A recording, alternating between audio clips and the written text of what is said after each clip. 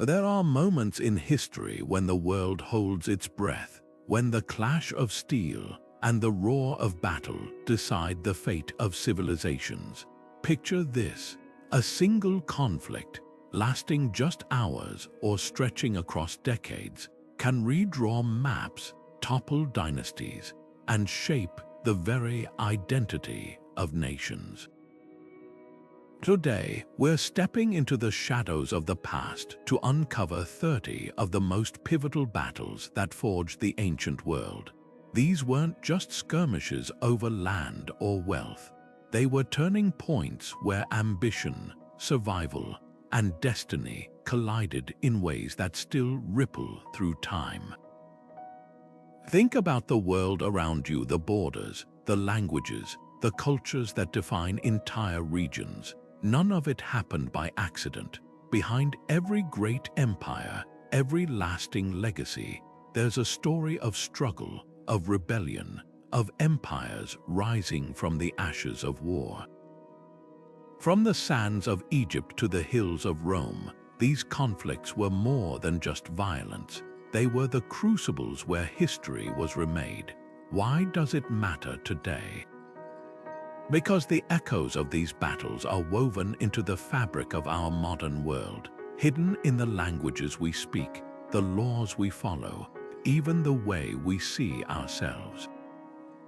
This isn't just a tale of conquests and defeats.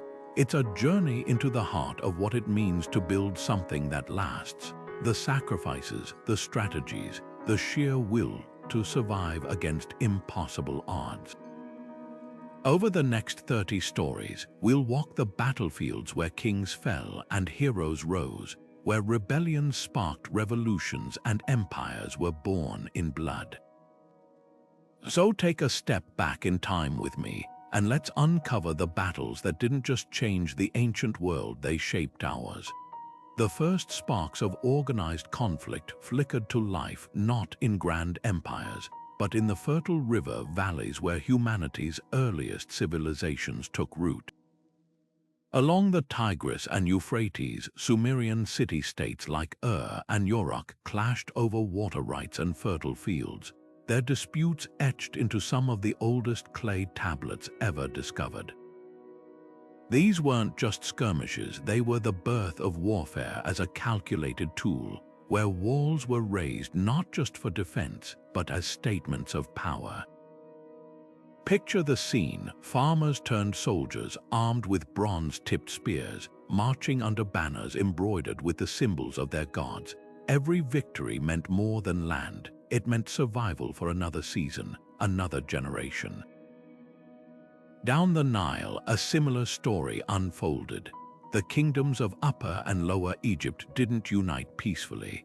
It was on the battlefield that the first pharaohs forged a single realm, their victories immortalized on temple walls.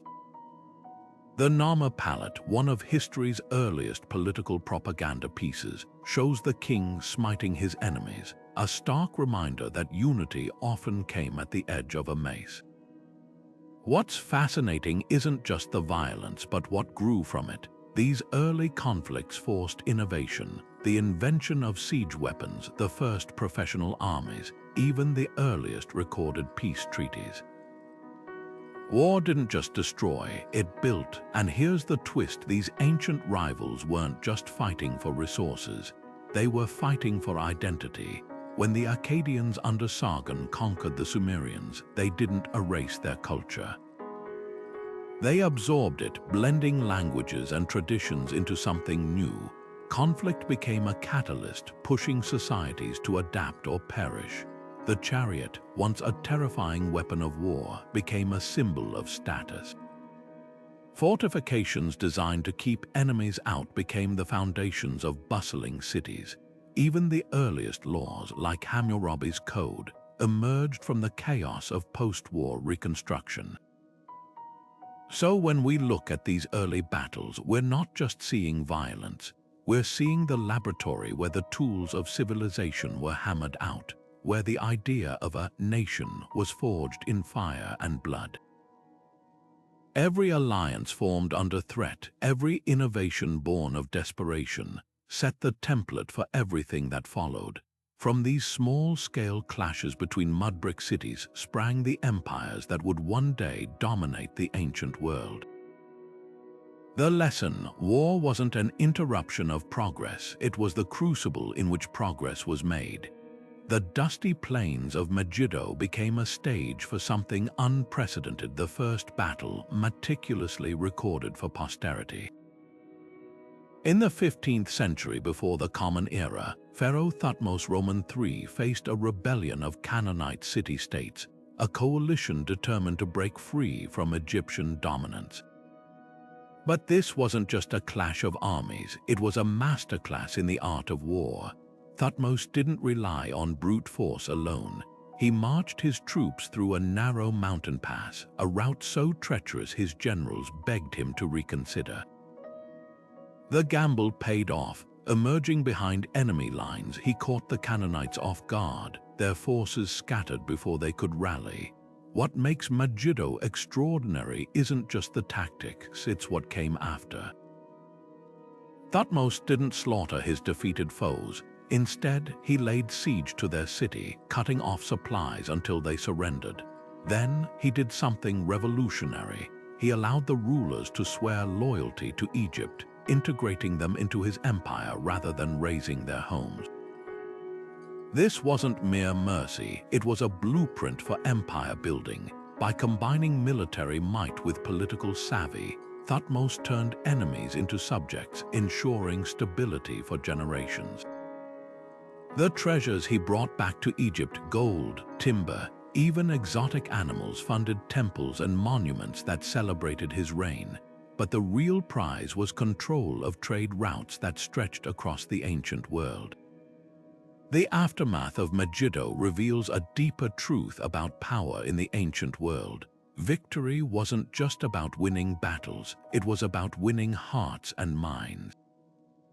Thutmose's scribes documented every detail, from the size of his army to the precise terms of surrender. These records weren't just for bragging rights, they were propaganda, a way to intimidate future rebels and inspire loyalty among his people. The battle became legend, a story repeated in court and temple, shaping how later pharaohs would wage war and govern their lands. Megiddo's legacy echoes far beyond the Bronze Age.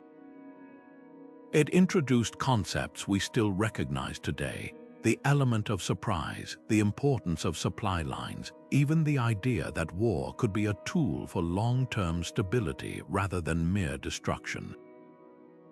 Every empire that followed, from Assyria to Rome, would borrow from Thutmose's playbook. The next time you hear about a general outmaneuvering an opponent or a nation using diplomacy alongside force, remember, it all started on a forgotten battlefield in the Levant, where one pharaoh rewrote the rules of conquest. The Trojan War stands as one of history's great enigmas, a tale of love, betrayal, and epic battles that straddles the line between myth and reality. Homer's Iliad paints a vivid picture: the beautiful Helen, the wrath of Achilles, and that infamous wooden horse. But beneath the poetry lies a question that has fascinated scholars for centuries: was Troy real? And did this legendary war actually happen? The answer isn't a simple yes or no. It's a story of how legends grow from the seeds of truth, and how the past is often reshaped by those who tell it. For much of history, Troy was dismissed as pure fiction, a cautionary tale or poetic invention. Then, in the late 19th century, a businessman turned archaeologist named Heinrich Schliemann set out to prove the skeptics wrong. Digging into a windswept hill in modern-day Turkey, he uncovered massive stone walls, charred layers of destruction, and golden treasures that matched Homer's descriptions. Suddenly, the myth had a setting. Later excavations revealed even more: a strategic coastal city, rebuilt multiple times after violent conflicts, sitting at the crossroads of vital trade routes between Europe and Asia. Troy wasn't just a city of legend, it was a prize worth fighting for. Here's where the story gets fascinating. The war, if it happened, likely wasn't fought over a single woman's abduction. That's the romanticized version. The real stakes were far more practical control of the Dardanelles, the narrow strait that served as a gateway for Black Sea trade. Troy's wealth came from taxing ships passing through these waters, and its rivals, possibly including the Mycenaean Greeks, would have seen its fall as a path to economic dominance. The wooden horse might be fiction, but the motives behind the conflict, greed, power, and survival, were all too human. What makes the Trojan War endure isn't just the mystery of its existence. It's how it reflects the way ancient societies understood their own past. For the Greeks, the war became a founding myth, a story that explained their identity and values. Heroes like Achilles and Hector weren't just characters, they were ideals, embodying courage, honor, and tragedy. The war's retelling over centuries shows how history bends to serve the present, how facts blur into legend, and how even the most brutal conflicts are polished into tales of glory. So was there a Trojan War? The evidence suggests a kernel of truth, a clash of cultures, a city destroyed, and a story too compelling to forget. But the real legacy of Troy isn't in proving Homer right or wrong. It's in understanding how the past is never just a list of events. It's a narrative shaped by those who survived to tell it. And sometimes, the myths we create reveal just as much about ourselves as the history they're built upon. The Assyrian Empire didn't just conquer, it terrified. Imagine a war machine so ruthless that its mere approach sent cities surrendering without a fight. This wasn't just military might, it was psychological warfare perfected over centuries. The Assyrians understood something revolutionary for their time. Fear could be a weapon sharper than any sword. Their campaigns weren't merely about defeating enemies, they were about breaking spirits, ensuring no one dared rebel again. Take the sack of Babylon in the 7th century before the Common Era. When the Assyrian king Sennacherib crushed the rebellion there, he didn't stop at burning temples or looting palaces. He ordered the city's canals flooded, turning streets into rivers and erasing entire neighborhoods from existence.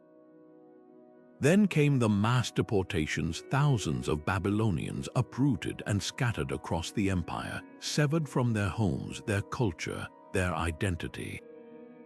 These weren't random acts of violence, they were calculated demonstrations designed to send a message to every corner of the empire: resistance is futile. But here's the paradox: the very tactics that made the Assyrians unstoppable also made them universally hated. Their kings boasted of their cruelty in stone carvings and annals, documenting flayings, impalements, and the systematic humiliation of defeated rulers. These records weren't hidden, they were displayed as warnings. Yet, over time, the empire's subjects didn't just fear the Assyrians, they despised them. Revolts simmered beneath the surface, alliances formed in secret, and when the end came, it came swiftly. The Babylonians, Medes, and others saw their chance and struck, reducing Nineveh, the Assyrian capital, to rubble in just 3 months. The empire that had ruled through terror died by it. What's chilling is how modern the Assyrian playbook feels. Their use of deportations to weaken cultural cohesion, their reliance on propaganda to magnify their reputation. These are strategies we'd recognize today. But their downfall holds the real lesson. Fear might secure obedience in the short term, but it breeds resentment that never truly fades. The Assyrians built an empire on blood, only to discover too late that no throne can stand forever when its foundation is hatred. Their story isn't just ancient history, it's a timeless warning about the limits of power built on cruelty alone.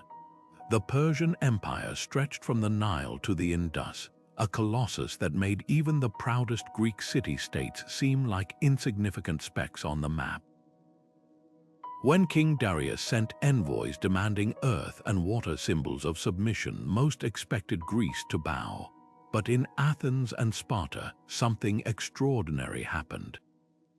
The Athenians threw the Persian messengers into a pit, telling them to take their earth and water from there.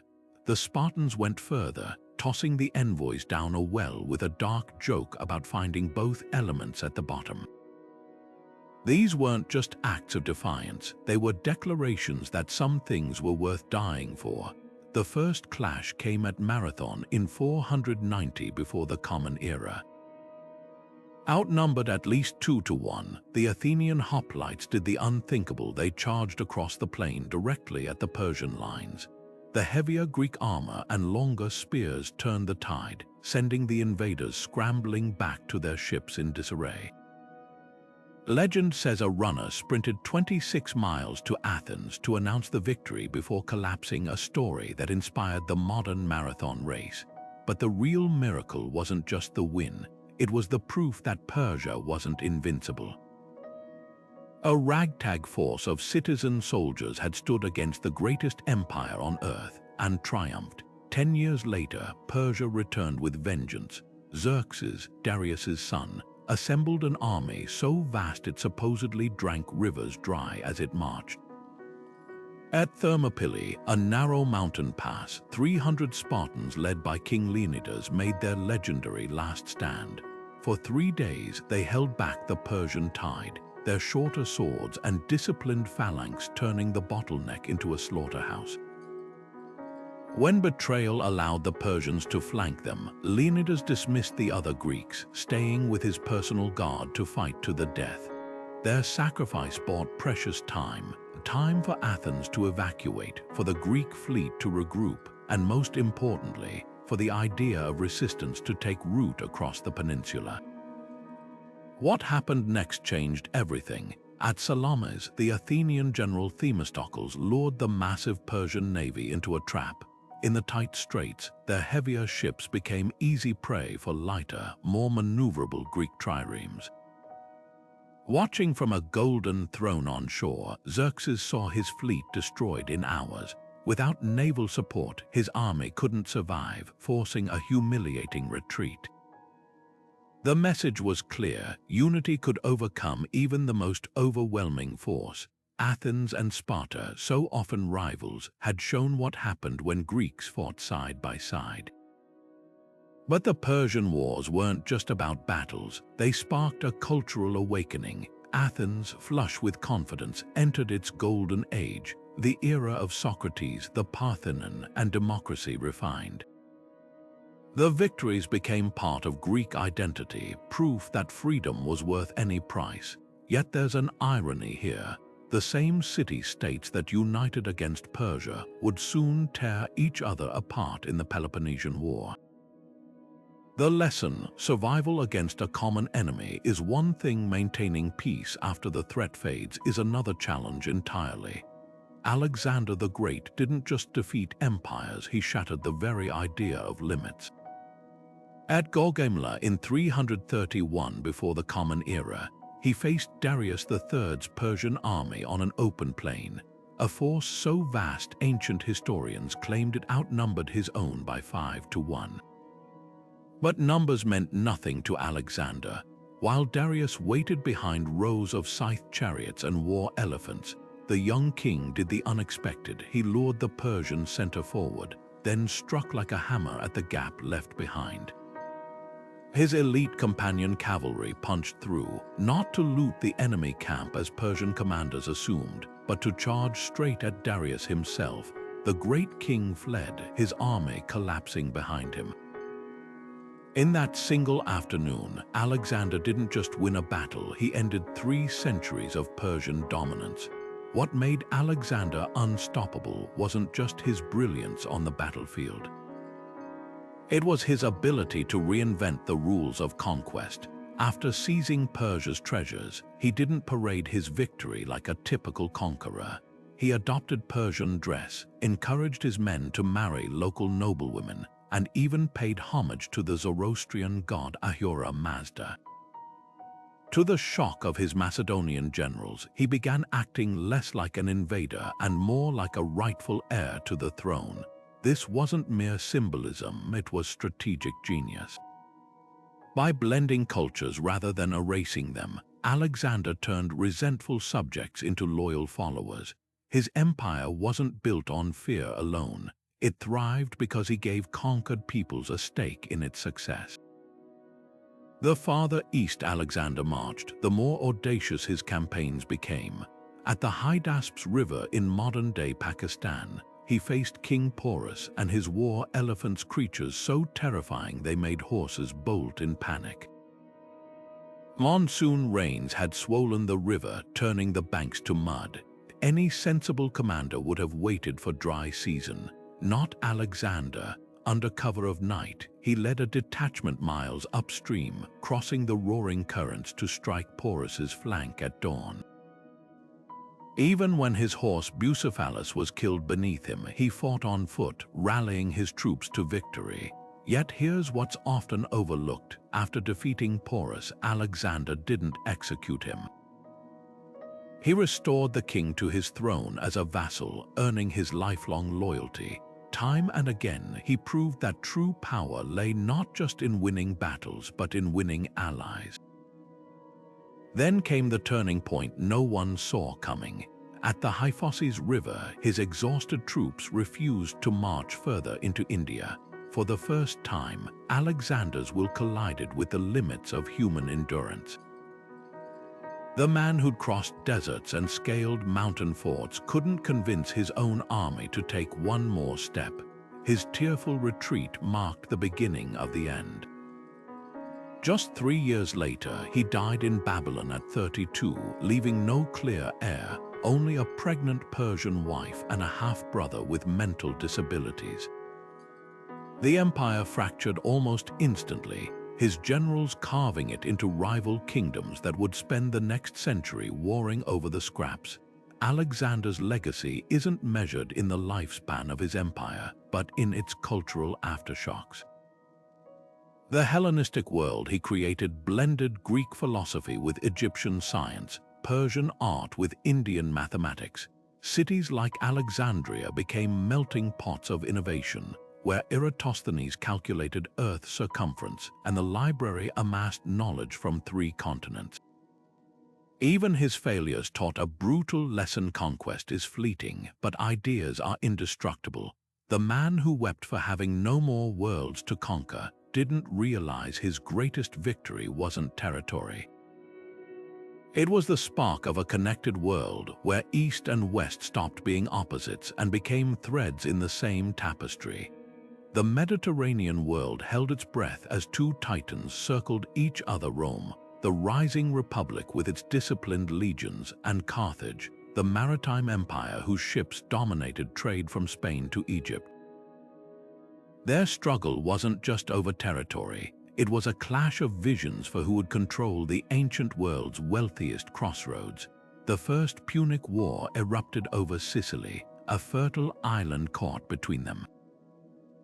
What began as a local squabble spiraled into something unprecedented. A 23-year marathon of naval battles, sieges, and staggering losses. Rome, with no real navy to speak of, built an entire fleet from scratch, even inventing the corvus, a boarding ramp that turned sea battles into land fights. Carthage's seasoned admirals watched in disbelief as their tactical superiority was undone by Roman stubbornness.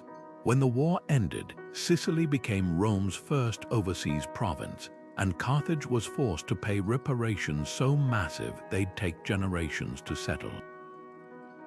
But this wasn't peace, it was a ceasefire waiting to explode.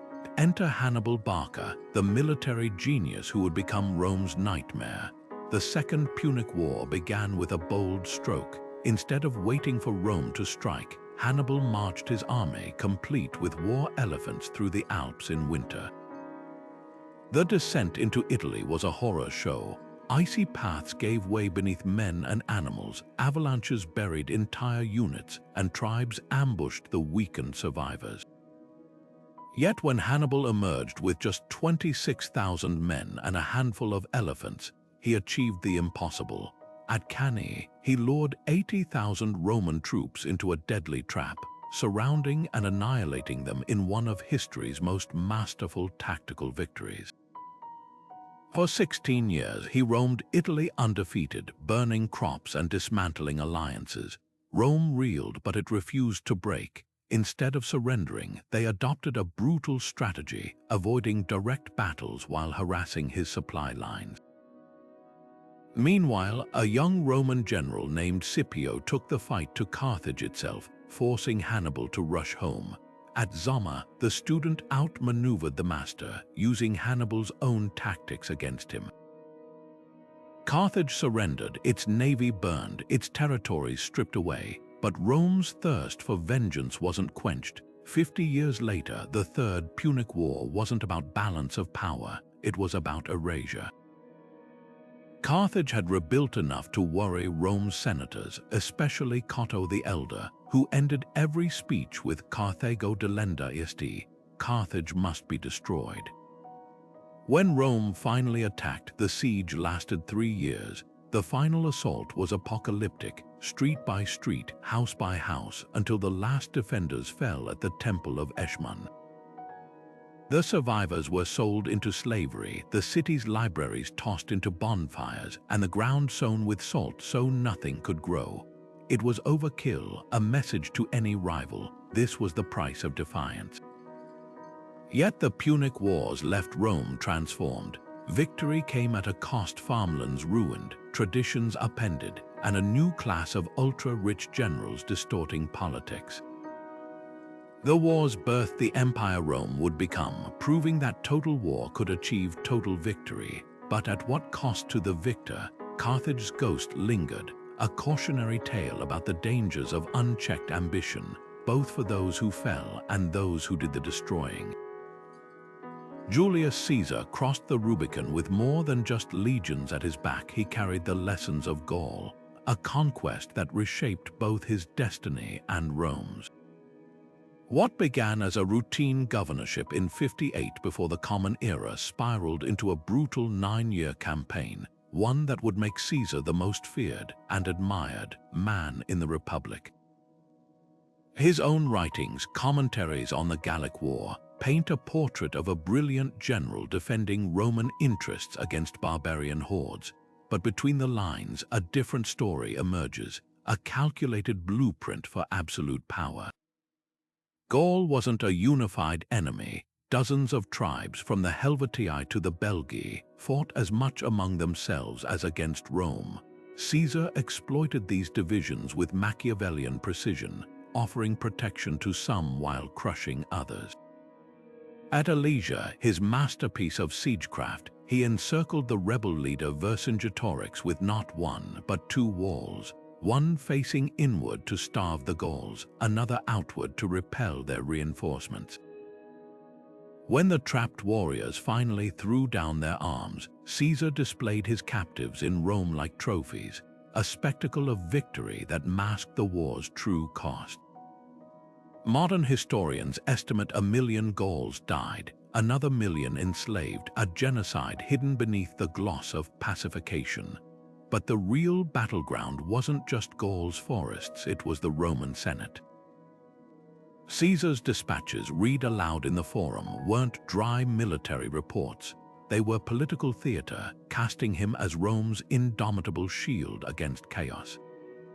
Every victory swelled his coffers with loot, which he lavished on public games and bribes to key officials.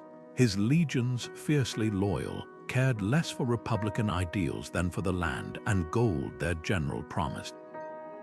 By the time the Senate ordered him to disband his army, Caesar had transformed from a governor into a warlord whose popularity dwarfed the Republic itself.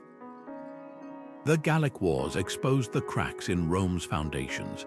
Traditionalists like Cotto warned that no citizen should wield such unchecked power, but their voices drowned in the roar of the mobs chanting Caesar's name.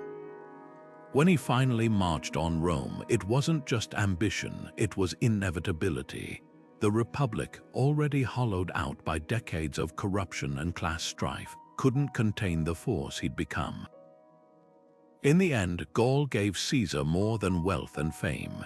It gave him an army that would follow him anywhere and a republic too weak to stop him.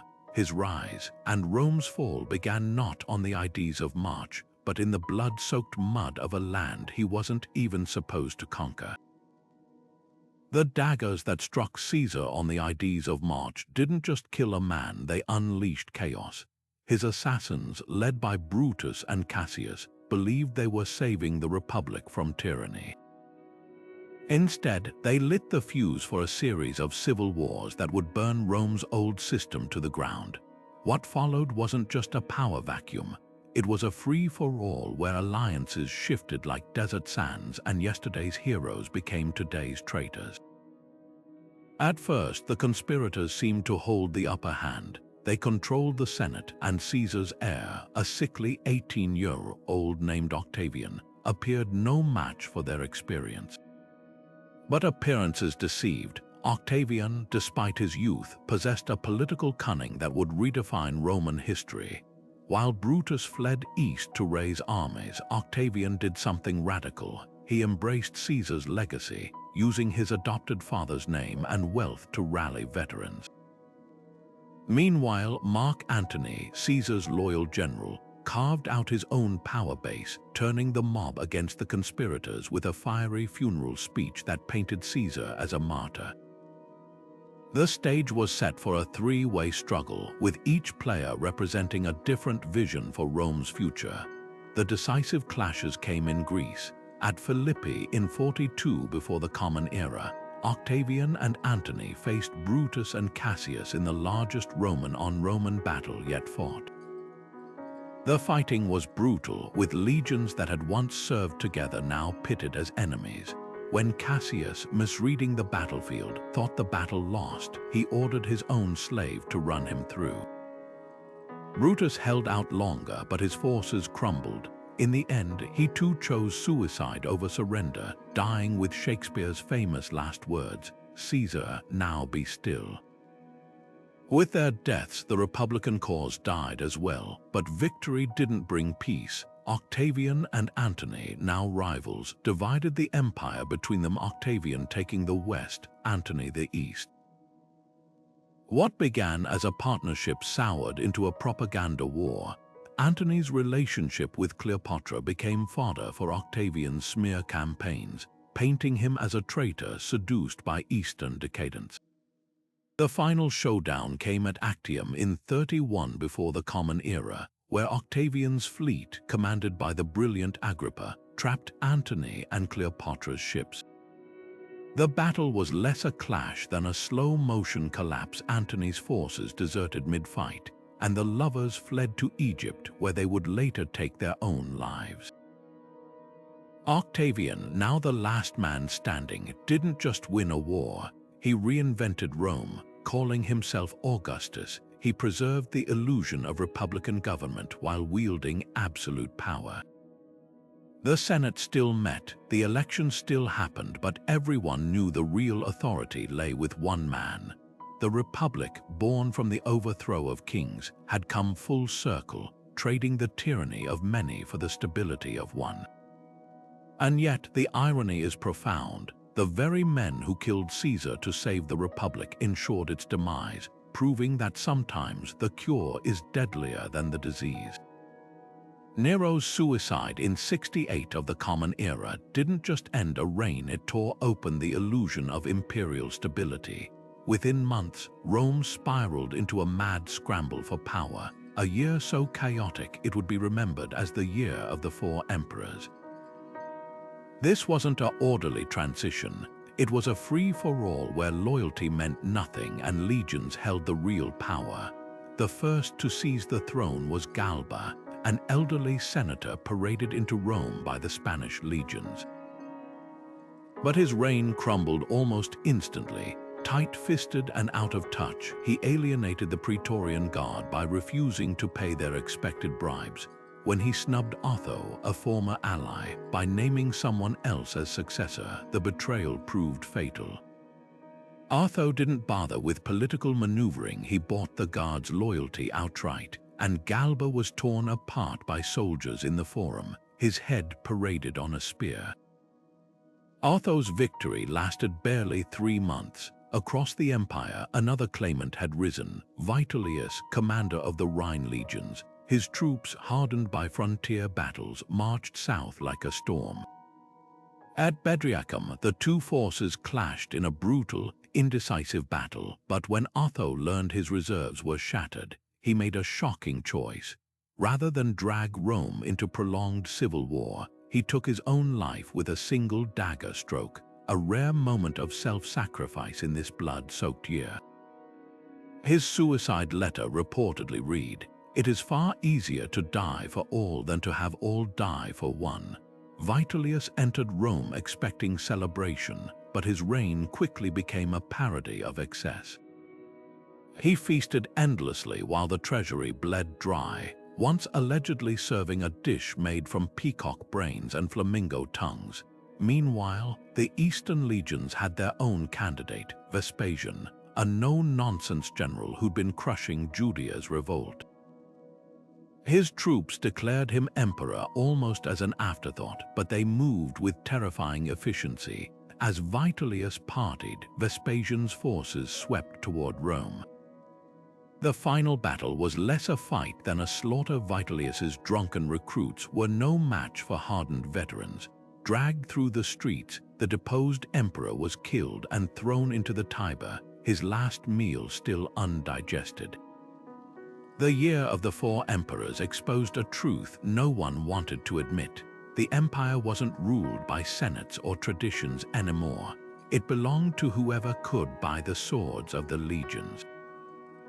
Vespasian, the last man standing, understood this better than anyone. He rebuilt Rome's finances, stabilized the frontiers, and most crucially, made sure the military's loyalty had a price tag only he could pay. His rise marked the beginning of the Flavian dynasty, but the lesson of that bloody year lingered long after. Power, once up for grabs, is never truly secure again. The fortress of Masada wasn't just a stronghold, it was the last flicker of defiance in a dying flame. After Roman legions crushed Jerusalem in 70 of the Common Era, leveled its temple, and scattered its people, a band of Jewish rebels retreated to this desert cliff, determined to hold out against the empire's might. For 3 years, they watched as the 10th Legion built an enormous siege ramp, inch by agonizing inch, up the mountainside. When the final assault came, the rebels faced an impossible choice: slavery or death. They chose the latter. By the time Roman soldiers breached the walls, they found only silence: men, women, and children who had taken their own lives rather than submit. The story, preserved by the historian Josephus, might be embellished, but its power endures. Masada wasn't just a military defeat, it was a cultural declaration that some truths are worth more than survival itself. Yet even this catastrophe wasn't the end. 6 decades later, another revolt erupted, this time led by a charismatic figure named Simon Bar Kokhba. Unlike Masada's doomed stand, Bar Kokhba's rebellion initially succeeded. Coins minted during his brief reign proclaimed, "Year 1 of the redemption of Israel," a bold rejection of Roman rule. For 3 years, his guerrilla forces outmaneuvered legions in the Judean hills, even recapturing Jerusalem temporarily. But Rome's response was apocalyptic. Emperor Hadrian poured in reinforcements from Britain, Egypt, and Syria, systematically strangling the rebellion. Ancient sources claim over 500,000 Jews died in the fighting, with countless more sold into slavery. Hadrian didn't just punish the living, he erased Judea from the map, renaming the province Syria Palestina and banning Jewish rituals to sever the connection between the people and their land. What makes these revolts so haunting isn't just the scale of destruction, it's what they reveal about the limits of imperial power. Rome could burn temples and slaughter rebels, but it couldn't extinguish the identity those rebels fought for. Jewish communities survived in diaspora, preserving their traditions in synagogues and scrolls, proving cultural memory outlasts even the mightiest empires. The revolts also exposed a paradox of Roman rule. The same empire that tolerated local customs when convenient could turn breathtakingly brutal when challenged. Hadrian's repression backfired in ways he never anticipated, cementing Jewish resilience rather than crushing it. And here's the deeper lesson these conflicts teach us. Rebellion isn't always about victory in the moment. Sometimes it's about etching a truth so deeply into history that even defeat can't erase it. The echoes of Masada and Bar Kokhba resonate far beyond antiquity in every struggle where people choose dignity over domination, identity over assimilation. Rome won the battles, but the story it tried to silence still speaks, a testament to the unyielding human spirit. Rome didn't fall in a day. It unraveled over centuries, like a tapestry fraying thread by thread until only scraps remained. By the 5th century of the Common Era, the Western Empire was a shadow of its former self, crippled by inflation, bureaucratic bloat, and a military stretched too thin to guard borders that once stretched from Scotland to Syria. But what finally tipped it over the edge wasn't a single catastrophic event. It was a perfect storm of pressures, each feeding off the other until collapse became inevitable. Take the so-called barbarian invasions. The Goths, Vandals, and Huns weren't mindless destroyers, they were often refugees, fleeing the advance of Attila's hordes or seeking land within the empire's borders. Rome's response veered between clumsy coercion and short-sighted appeasement. Allowing Visigoths to settle in the Balkans as allies seemed pragmatic until their leader Alaric felt cheated and sacked Rome in 410. The city hadn't been breached in 800 years, and the psychological blow was worse than the physical damage. Yet even then, the empire limped on, its bureaucrats still collecting taxes and its legions still marching, just with fewer Romans in their ranks. By the time Odoacer, a Germanic general, deposed the last Western emperor Romulus Augustulus in 476, it was less a revolution than a formality. The real power had already shifted to the warlords commanding Rome's armies. Economics accelerated the decline. Decades of debasing coinage watering down silver content to fund endless wars led to hyperinflation so severe that soldiers demanded payment in grain rather than worthless coins. Large estates became self-sufficient fortresses, their wealthy owners ignoring central authority, while small farmers sank into serfdom. Trade routes that once carried olive oil and wine from Spain to Syria withered as piracy and insecurity made shipping too risky. The empire didn't just run out of money, it ran out of the trust and connections that make an economy function. Yet the most corrosive factor might have been the loss of shared purpose. Early Rome thrived because citizens believed in something bigger than themselves, the idea of Romanitas, a civilization worth defending. But by the late empire, the wealthy retreated to their villas, the poor were crushed by taxes, and the military became a mercenary force with no loyalty beyond their paymaster. When the Visigoths breached the gates, many Romans barely noticed. The Eastern Empire, richer and more stable, would endure as Byzantium for another 1,000 years, but the West fractured into patchwork kingdoms, the raw material of medieval Europe. So was it a fall or a transformation? Perhaps both. Rome's legacy didn't disappear, it seeped into the foundations of everything that followed, from Latin evolving into Romance languages to Roman law shaping European legal codes. The Dark Ages weren't as dark as we once thought, just different. Empires end not with a bang, but with a slow reconfiguration, proving that even the mightiest civilizations are just chapters in a much longer story. By the time Justinian took the throne in 527, the Roman Empire had split in two, one half crumbling in the west, the other thriving in the east from its glittering capital, Constantinople. But Justinian didn't see himself as merely presiding over a shrinking legacy. He dreamed of restoring Rome's ancient borders, of stitching the Mediterranean back together under a single imperial banner. It was an ambition bordering on delusion, and yet, for a fleeting moment, it almost worked. The architect of this audacious plan wasn't Justinian himself, but his general, Belisarius, a military genius whose campaigns read like something out of legend. In 533, with just 15,000 men and a handful of cavalry, Belisarius sailed to North Africa to confront the Vandals, a Germanic kingdom that had ruled Carthage for a century. Conventional wisdom said such a small force was doomed, but Belisarius understood what others didn't. The Vandals had grown complacent, their once feared navy rotting in harbor. Landing unopposed, he lured their king, Gelimer, into a trap, using feigned retreats and precise counterattacks to shatter the larger Vandal army in a single afternoon. Carthage fell within months, and with it, the first piece of the Western Empire slid back into Roman hands.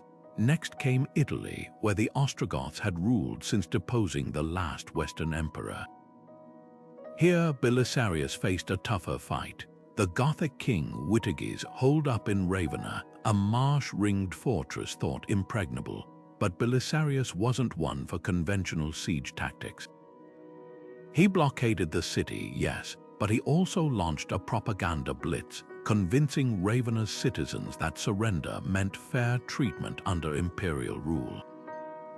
When the Goths offered to crown him as their Western emperor, Belisarius pretended to accept only to seize the city the moment its gates opened. It was a masterpiece of psychological warfare, proving that the sharpest weapon wasn't always a sword. Yet Justinian's victories carried the seeds of their own undoing. Every reclaimed province demanded troops to garrison it, administrators to govern it, and gold to maintain it. Resources stretched thinner with each new conquest. Then came the plague in 541, a pandemic so devastating it wiped out a third of Constantinople's population and emptied the empire's coffers. Belisarius, recalled to defend the heartland, watched helplessly as the Ostrogoths regrouped under a new leader, Totila, and clawed back much of Italy. By the time Justinian died in 565, his reconquests were already unraveling, their costs bleeding the empire dry. The tragedy of Justinian's wars isn't that they failed, it's that they succeeded just enough to doom his grand vision. The territories he reclaimed, from North Africa to southern Spain, bought Byzantium a few more centuries of dominance, but at a price. The empire, overextended and exhausted, would never again muster the strength for such ambition. And yet, there's a haunting beauty in that overreach. Justinian didn't just want to rule, he wanted to resurrect a dead world to prove that decline wasn't destiny. In the end, his legacy wasn't the borders he redrew, but the lesson he left behind. Empires aren't destroyed by their failures, but by the weight of their own impossible dreams. The Tang dynasty stood at its zenith in the mid-8th century, a golden age of poetry, trade, and unmatched military might.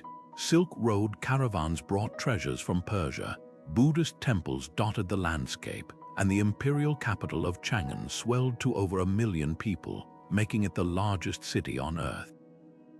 But beneath this glittering surface, trouble brewed. The empire had grown too fast, its borders stretched thin, and its armies increasingly reliant on mercenaries and regional warlords. One of those warlords, a charismatic general named Lushan, would ignite a firestorm that nearly consumed China whole, and Lushan wasn't just another soldier.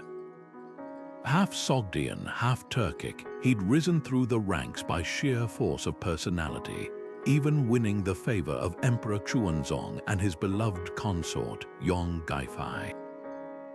Courtiers whispered about his uncanny ability to entertain the emperor, dancing, jesting, even playing the clown to amuse the palace, but behind the laughter lay a razor-sharp ambition.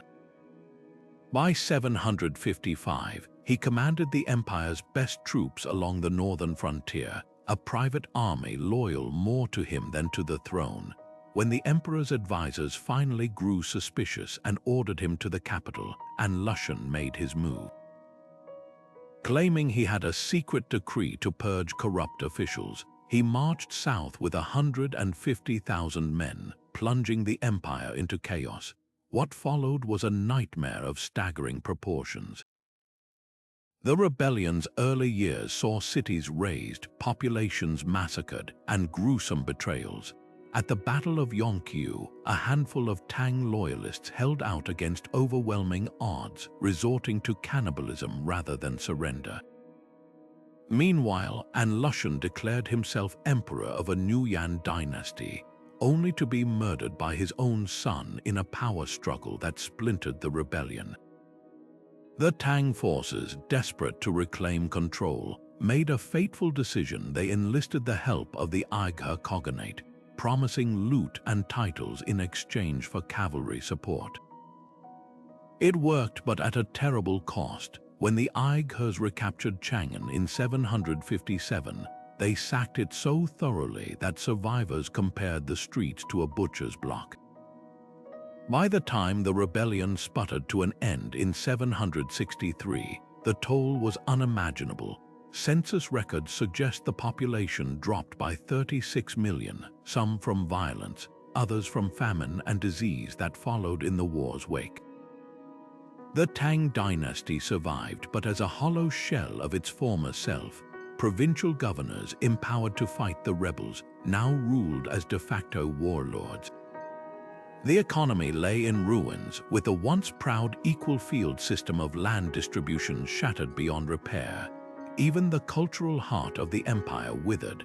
Poets like Du Fu wrote haunting verses about abandoned villages and wandering ghosts, a far cry from the optimistic verses of Tang's golden age. The rebellion's true legacy wasn't just in the bodies it left behind, but in the cracks it exposed. A system built on personal loyalties and frontier strongmen had collapsed under its own contradictions. The Tang would limp on for another century, but the central authority never fully recovered. Like Rome after its civil wars or the Abbasids after the anarchy at Samarra, the rebellion proved a bitter truth. Even the mightiest empires are vulnerable not just to invaders, but to the rot within. And sometimes the clown who dances for the emperor holds the dagger behind his back. The first warning came with the tide. A flotilla of dragon-prowed ships slicing through the morning mist off Lindisfarne shores. When the monks rushed to greet what they assumed were traders, they met axes instead. That raid in 793 didn't just shock Northumbria. It announced a new era where Europe's coasts became hunting grounds for Norse seafarers. What began as lightning strikes on undefended monasteries soon evolved into something far more calculated. Vikings weren't mindless pillagers. They were opportunists with an uncanny sense of timing, targeting wealthy but vulnerable sites during festival seasons when defenses were relaxed. The very ships that terrified coastal towns also made them unmatched explorers, capable of crossing oceans while carrying warriors, horses, and even livestock. But the great heathen army that landed in East Anglia in 865 marked a turning point. This wasn't a hit-and-run raid, it was an invasion force intent on conquest. Led by the legendary sons of Ragnar Lothbrok, thousands of warriors carved a path of destruction through Anglo-Saxon England, toppling kingdoms with terrifying efficiency. At Repton, archaeologists still find mass graves bearing the scars of their violent skeletons with sword-cleaved skulls and shield-bearing arms hacked away. Yet within decades, these same invaders were negotiating treaties, minting coins, and ruling as Christian kings. Alfred the Great's victory at Edington in 878 didn't expel the Vikings, it forced them to adapt. The Treaty of Wedmore granted their leader Guthrum dominion over East Anglia, provided he converted to Christianity. It was a masterstroke. The same men who'd once sacrificed to Odin now built churches. their descendants blending into the fabric of English aristocracy. Across the Channel, another Norse chieftain was rewriting the rules of conquest. Rollo's siege of Paris in 891 ended not with his execution, but with a crown. The Frankish king Charles the Simple, exhausted by decades of raids, offered him land and a royal title in exchange for loyalty.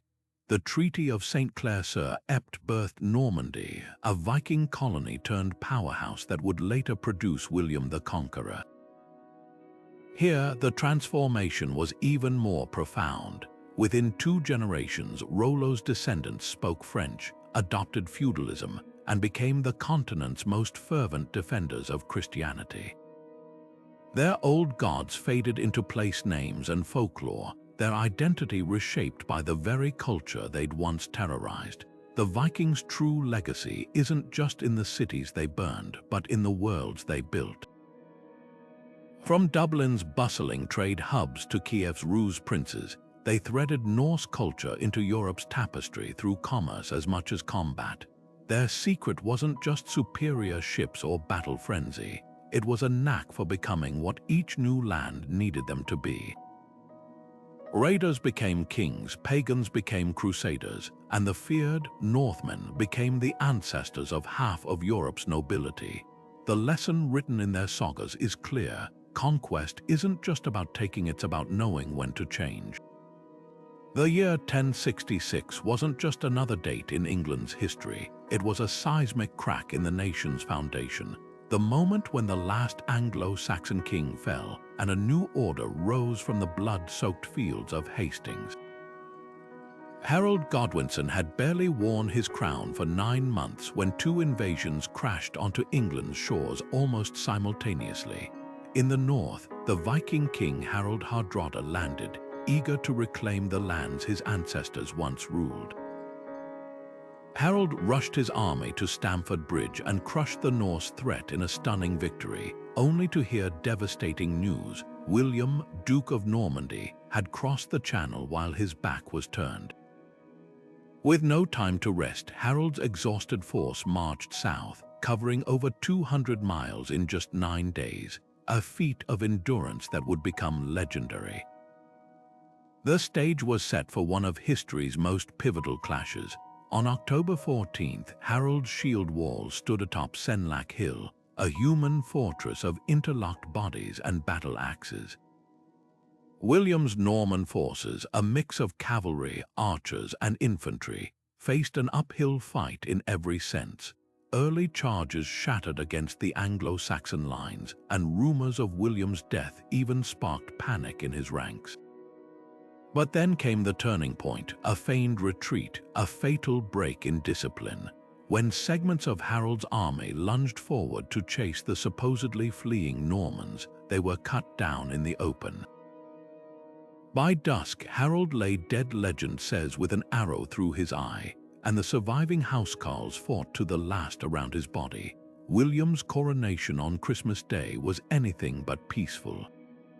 As Norman knights cheered inside Westminster Abbey, their guards outside mistook the shouts for rebellion and set fire to nearby houses, leaving the new king to swear his vows amid smoke and chaos.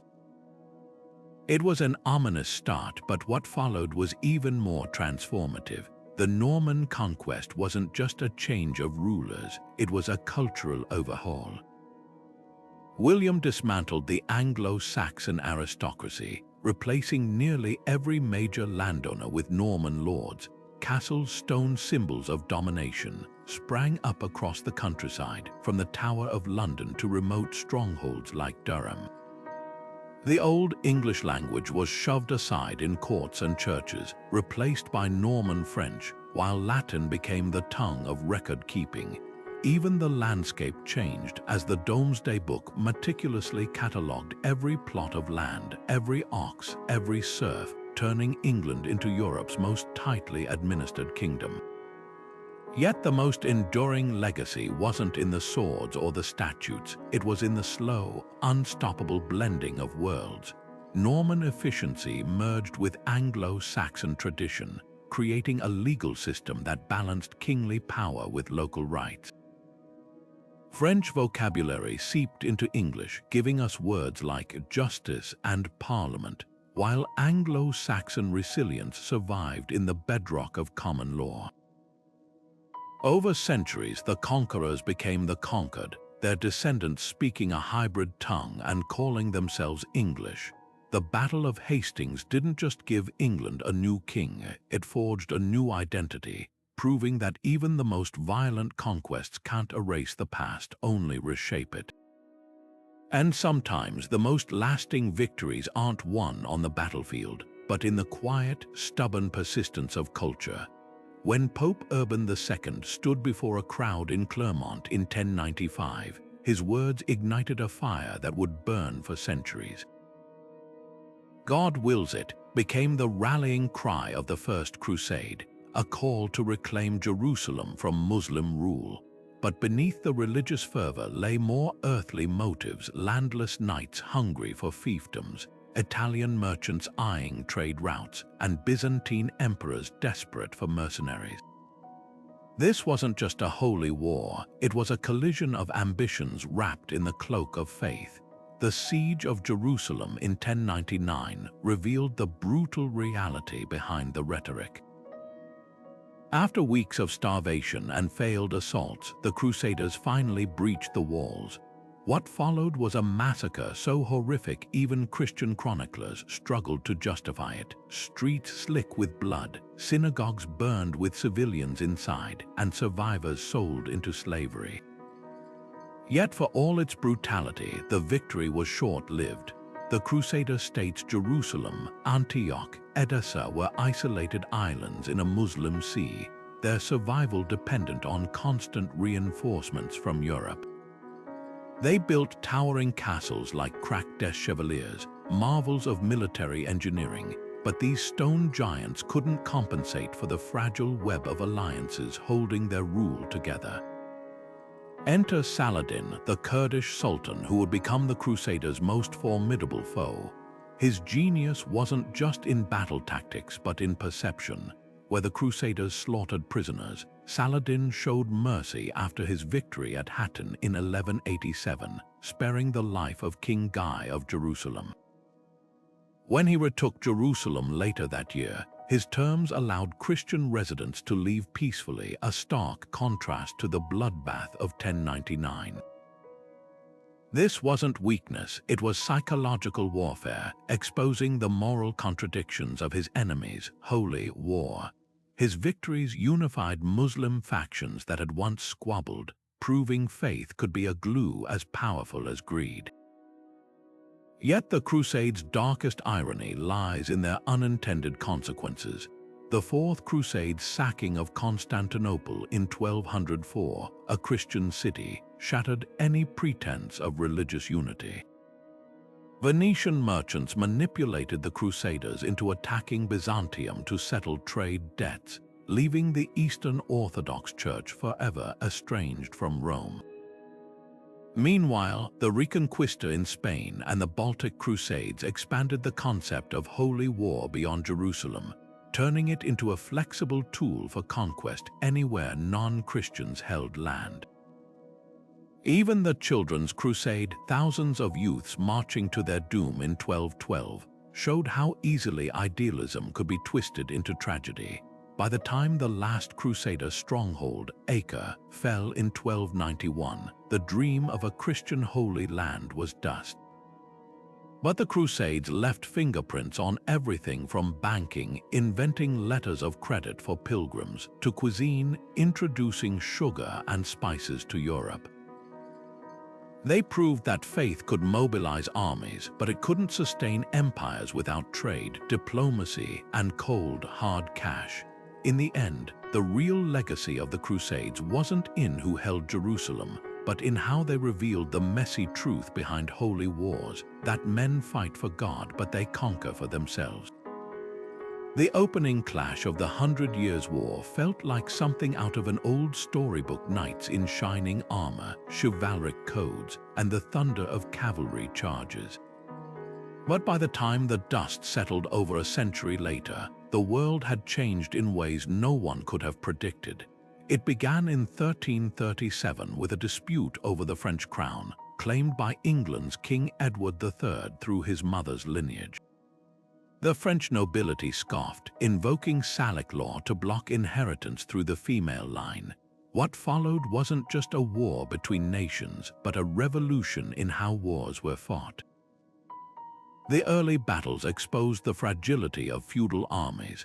At Crecy in 1346, English longbowmen, commoners with weapons that cost less than a knight's sword, decimated France's flower of nobility. The arrows rained down with such force that chroniclers wrote of horses kicking in their death throes like mad dogs. This wasn't just a victory, it was a social earthquake. The myth of invincible aristocracy crumbled alongside the bodies of armored knights, proving that discipline and technology could overpower birthright. Then came Poitiers 10 years later, where the Black Prince captured France's King John II, a humiliation so deep it sparked peasant revolts against the French nobility's incompetence. But the war's most astonishing twist came from an illiterate teenage girl. Joan of Arc's rise reads like divine intervention, a peasant claiming visions of saints, convincing the desperate Dauphin to let her lead troops. At Orleans in 1429, she broke the English siege in just 9 days, her presence electrifying demoralized French forces. Her eventual capture and burning at the stake only cemented her legend, transforming her into a martyr whose name rallied France long after her death. What's often overlooked is how Joan's success exposed the power of symbolism. Her banner became more terrifying to the English than any battalion. By the war's end in 1453, both nations emerged unrecognizable. England, stripped of its continental holdings, turned inward, its nobility fractured by the Wars of the Roses. France, united under a strengthened monarchy, pioneered standing armies funded by direct taxation, no more relying on fickle vassals. The conflict had gutted feudalism, replacing it with centralized states and professional soldiers. Even the concept of national identity sharpened. No longer were men fighting for a lord, but for France or England. The 100 Years' War didn't just redraw borders, it rewrote the rules of power, proving that the old world of chivalry couldn't survive the cold calculus of cannon fire. The massive Theodosian walls had withstood 23 sieges over 11 centuries, their triple layers of stone shrugging off invaders from Persians to Arabs. But in the spring of 1453, Constantinople faced a new kind of enemy, one armed with weapons that could shatter history itself. Maimed, the second supercannon, forged by Hungarian engineers, fired stone balls weighing over half a ton, each impact sending tremors through the city's foundations. For 53 days, the Byzantines patched breaches with rubble and prayers, while Ottoman troops swarmed like ants beneath their walls. The final assault came before dawn on May 29th, waves of janissaries crashing against the defenses until a postern gate was left inexplicably open. By afternoon, the last Roman emperor, Constantine XI, tore off his imperial insignia and plunged into the fray, his body never found. The city that had preserved classical knowledge through Europe's dark ages now burned, its library's ashes swirling over the Bosporus. What made this conquest different wasn't just the fall of a city, it was the rupture of an ancient worldview. Constantinople had been the living tether to Rome's legacy, its scholars safeguarding Plato and Euclid while Western Europe relearned literacy. Now, those treasures fled westward with refugee scholars, fueling the Italian Renaissance even as Ottoman architects transformed Hagia Sophia into a mosque.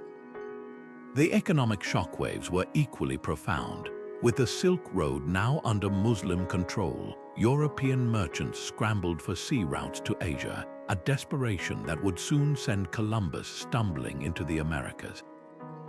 Venice and Genoa, once dominant in Eastern trade, found their fortunes crumbling like Constantinople's walls. Yet the siege's true masterpiece was Mehmed's psychological warfare. Before the first cannon fired, he built a fortress on the Bosporus to strangle the city's grain supply, then paraded his fleet overland on greased logs to bypass the chain blocking the Golden Horn. When Byzantine defenders begged for help, Europe sent only token forces, proof of how thoroughly Christendom had fractured. Mehmed didn't just conquer a city, he exposed the hollow reality of medieval alliances.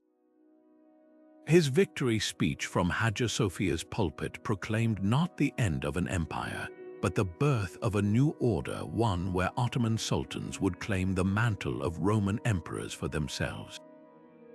The echoes of that spring day still resonate. Some historians mark 1453 as the end of the Middle Ages, others as the dawn of modern warfare. But perhaps its deepest legacy lies in the refugees who carried Byzantine art and philosophy to Italy, planting seeds for the Renaissance. Constantinople's fall didn't just destroy an empire, it scattered its light across the world, proving that even in defeat, civilizations can shape the future in ways conquerors never foresee.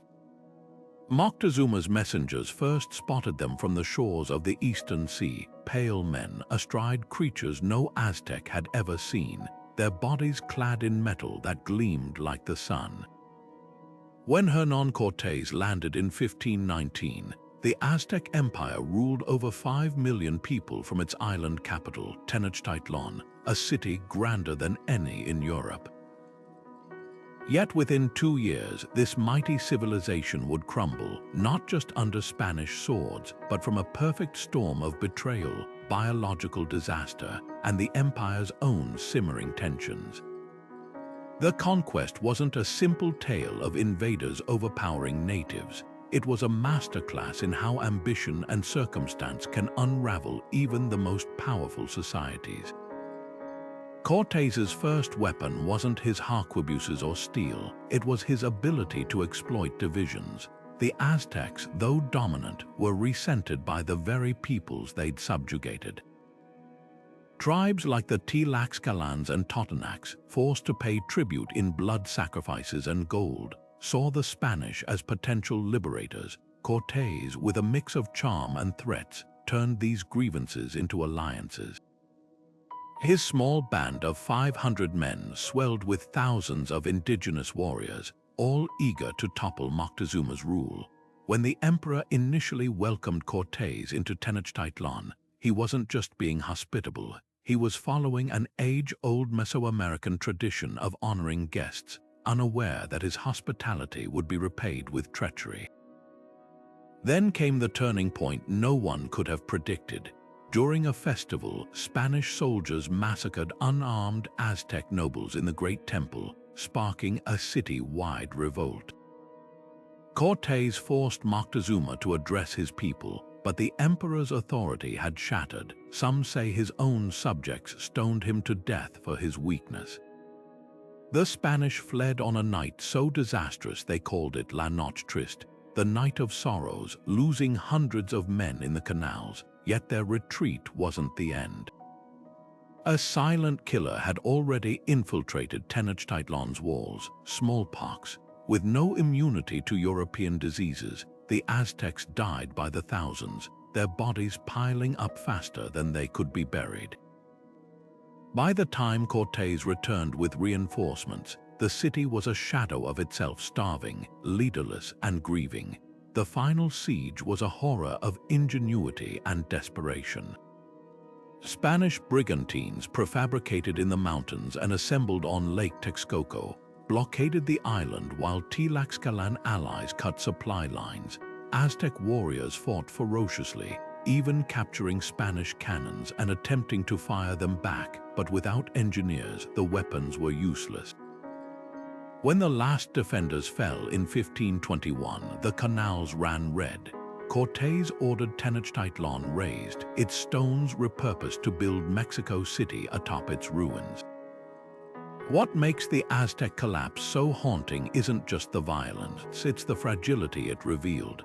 Their downfall wasn't inevitable. Had Moctezuma resisted sooner, had disease not ravaged the population, had subject tribes remained loyal, history might have unfolded differently. Instead, the conquest became a blueprint for how empires fall, not merely from external force, but from the cracks within.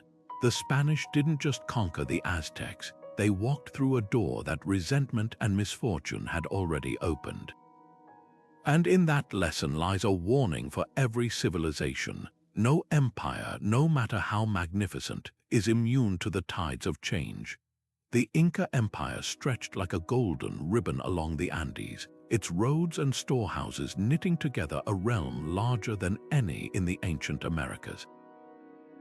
Yet in 1532, at the height of its splendor, it shattered with breathtaking speed, not from some unstoppable external force, but from wounds self-inflicted. The civil war between Atahualpa and his half-brother Huascar had already torn the empire in two when Francisco Pizarro's tiny band of conquistadors arrived on the coast. The Spanish didn't conquer the Inca so much as step into a tragedy already unfolding, their steel swords less decisive than the fractures they exploited. Atahualpa's victory over Huascar came at a devastating cost. The war had drained the empire's manpower, disrupted its legendary supply networks, and left deep resentments among conquered peoples who'd been forced to choose sides. When Pizarro invited the new emperor to a meeting in Cajamarca's central square, it wasn't just a trap, it was a mirror held up to the empire's fragility. Atahualpa arrived with thousands of retainers, confident in his numerical superiority. But the Spaniards had studied their opponent. They knew the Inca's strict protocols forbade violence in the presence of their divine ruler, a custom Pizarro weaponized. When the friar handed Atahualpa a Bible, his disdainful toss of the sacred text gave the Spanish the pretext they needed. Cannons roared from hidden positions, armored cavalry charged into the packed crowd, and by nightfall, thousands lay dead while the emperor became a prisoner in his own realm. What followed was less a battle than a masterclass in psychological domination. Atahualpa, desperate to buy his freedom, offered a ransom that beggared belief, a room filled once with gold, twice with silver. As treasures flowed in from across the empire, the Spanish melted down priceless artworks into ingots, erasing centuries of artistry in weeks. Yet even this staggering wealth couldn't save him. Once the ransom was paid, Pizarro staged a sham trial, condemning Atahualpa on trumped-up charges of treason and idolatry. The emperor's final plea to be strangled rather than burned, so his body could be preserved according to Inca beliefs, was granted only because he accepted baptism at the last moment. With his death, the empire's spiritual and political heart stopped beating, but the real tragedy lay in how swiftly the Inca's vast infrastructure turned against itself. The very roads that had allowed Atahualpa's armies to crush Huascar now ferried Spanish troops and their native allies toward Cusco. The Mita labor system, designed to maintain temples and terraces, was repurposed to serve conquistadors. Most crucially, the empire's rigid hierarchy meant that without the Sapa Inca, resistance fractured along old tribal lines. Some factions, like the Cañari, joined the Spanish willingly, eager to settle scores with their former overlords. Others fought valiantly but in isolation, like the General Quizquiz, whose guerrilla campaign collapsed without unified support. By the time Manco Inca led his rebellion in 1536, it was too late. The Spanish had already entrenched themselves, marrying into noble families and co-opting the empire's administrative genius. The rebellion's near success, laying siege to Cusco for almost a year, only highlighted what might have been if the Inca had faced the invaders united. Instead, their story became a cautionary tale about the price of division. The same roads that had built an empire now carried its destroyers, proving that no walls are high enough to protect a house already split against itself. And perhaps that's the most haunting lesson of all. Civilizations rarely fall to outsiders until they've first been broken from within. The 30 Years' War didn't start with a bang, it began with a defenestration.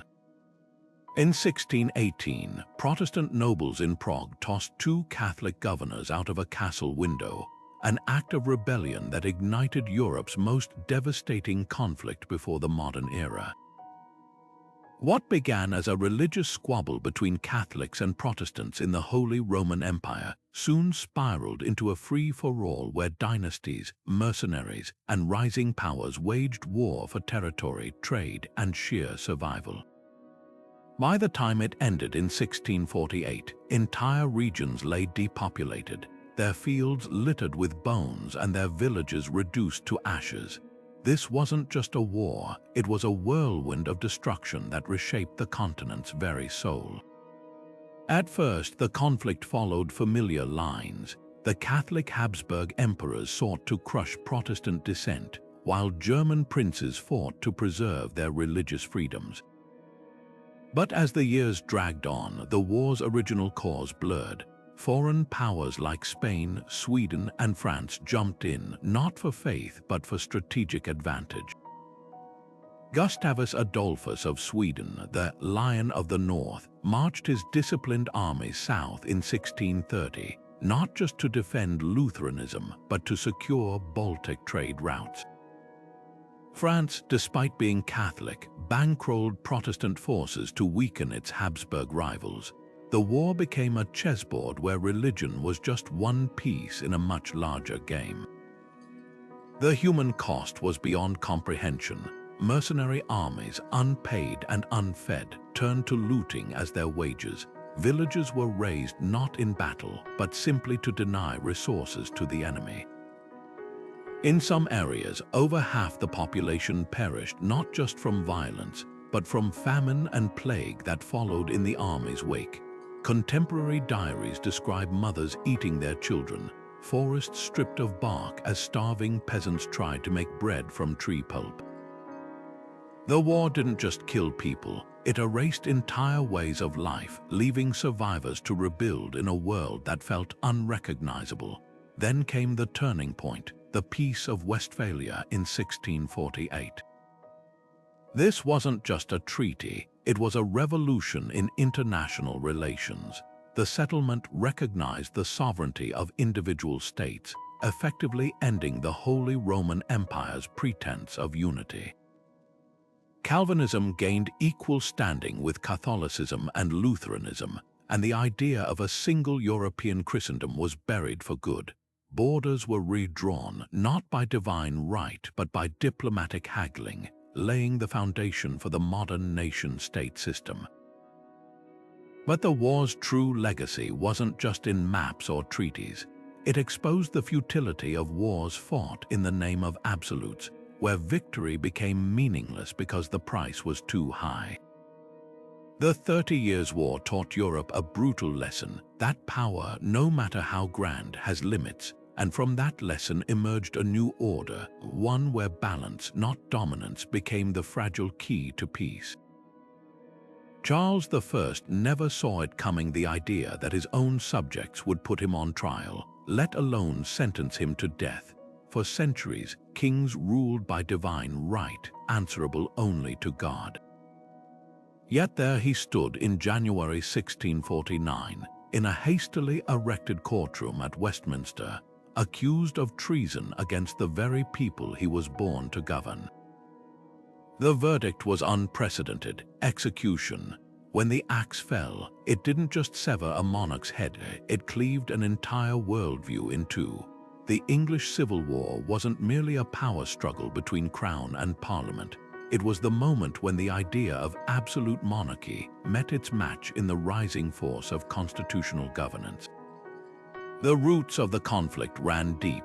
Charles inherited a kingdom simmering with religious and political tensions. His marriage to a Catholic French princess stoked Protestant fears, while his constant demands for taxes imposed without parliamentary approval ignited fury among the gentry and merchants. When he tried to impose Anglican prayer books on Presbyterian Scotland in 1637, the resulting bishops' wars drained his treasury and exposed his weakness. Desperate for funds, Charles was forced to recall Parliament in 1640, but the body he summoned had long memories and sharpened claws. Led by firebrands like John Pym, they demanded reforms, no taxes without consent, no arbitrary arrests, and regular parliamentary sessions. Charles's botched attempt to arrest 5 MPs in 1642 turned simmering distrust into open rebellion. The war itself was a patchwork of shifting alliances and brutal innovations. Oliver Cromwell's new model army, forged from Puritan zeal and disciplined professionalism, became the hammer that shattered royalist forces. At Naseby in 1645, their coordinated charges and psalm-singing resolve crushed the king's cavalry, turning the tide irrevocably. But victory on the battlefield only deepened the political quagmire. Parliament fractured between moderates seeking compromise and radicals like the Levellers, who pushed for universal male suffrage and equality before the law, ideas far ahead of their time. When Charles stubbornly refused to accept limits on his power, even after defeat, the unthinkable became inevitable. His trial was less about justice than symbolism, a public rupture with the past that left no room for turning back. Cromwell's Commonwealth, born from regicide, struggled to define itself. The Rump Parliament abolished the monarchy and House of Lords, but governing without traditional structures proved messy. Cromwell, as Lord Protector, wielded near-kingly authority despite his republican ideals, suppressing dissent with the same heavy hand he'd once condemned in Charles. His rule saw triumphs, military victories that made England a European power, and contradictions, like the brutal suppression of Ireland that left scars still felt today. Yet for all its flaws, the interregnum proved something revolutionary. A nation could function, however imperfectly, without a crown. The Restoration in 1660, with Charles II reclaiming his father's throne, might seem like a return to the old order. But the genie couldn't be forced back into the bottle.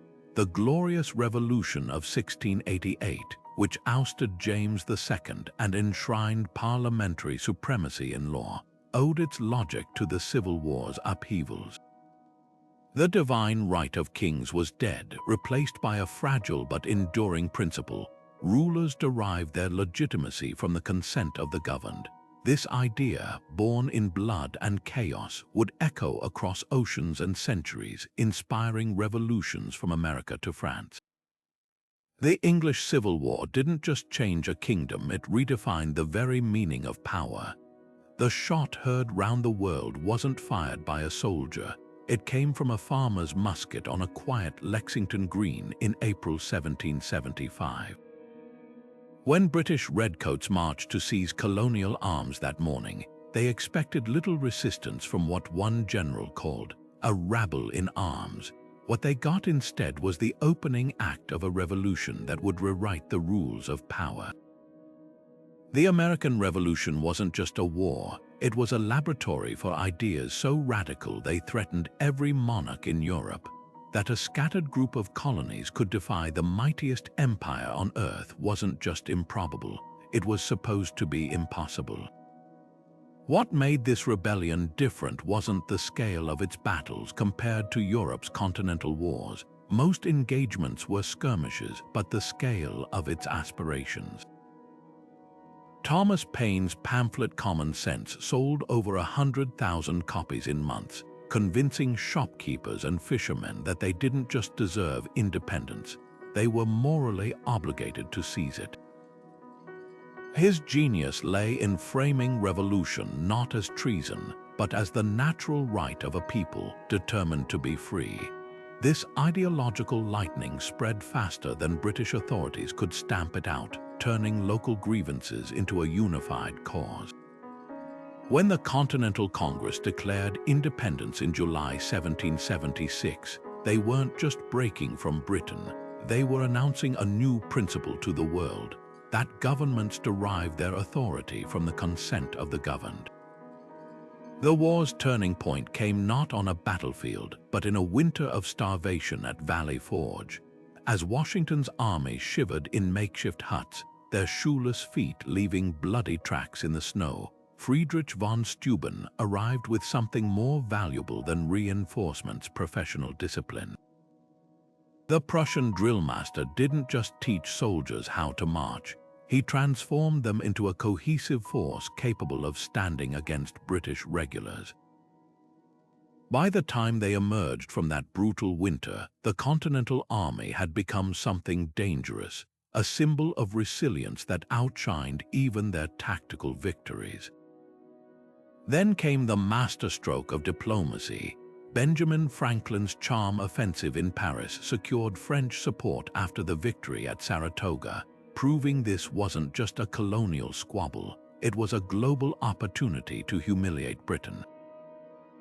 French gold and naval power tipped the scales, culminating in the Siege of Yorktown in 1781, where trapped British forces found themselves pounded by Allied artillery while French ships blocked escape by sea. The surrender that followed didn't just end a war, it shattered the myth of imperial invincibility.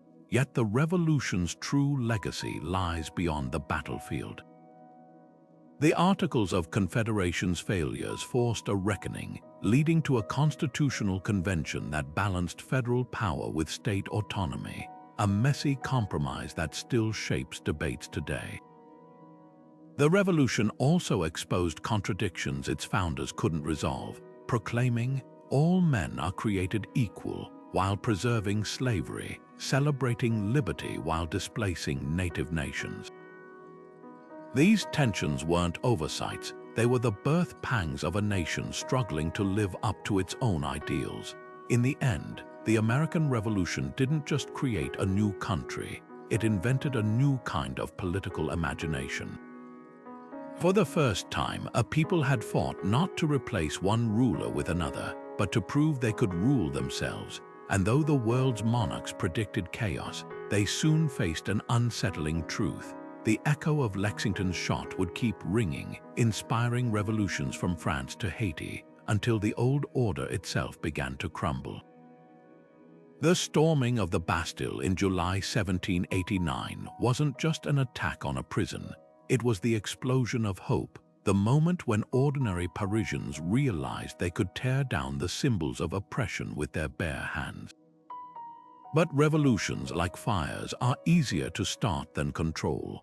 By 1793, the lofty ideals of liberty, equality, and fraternity had curdled into something darker.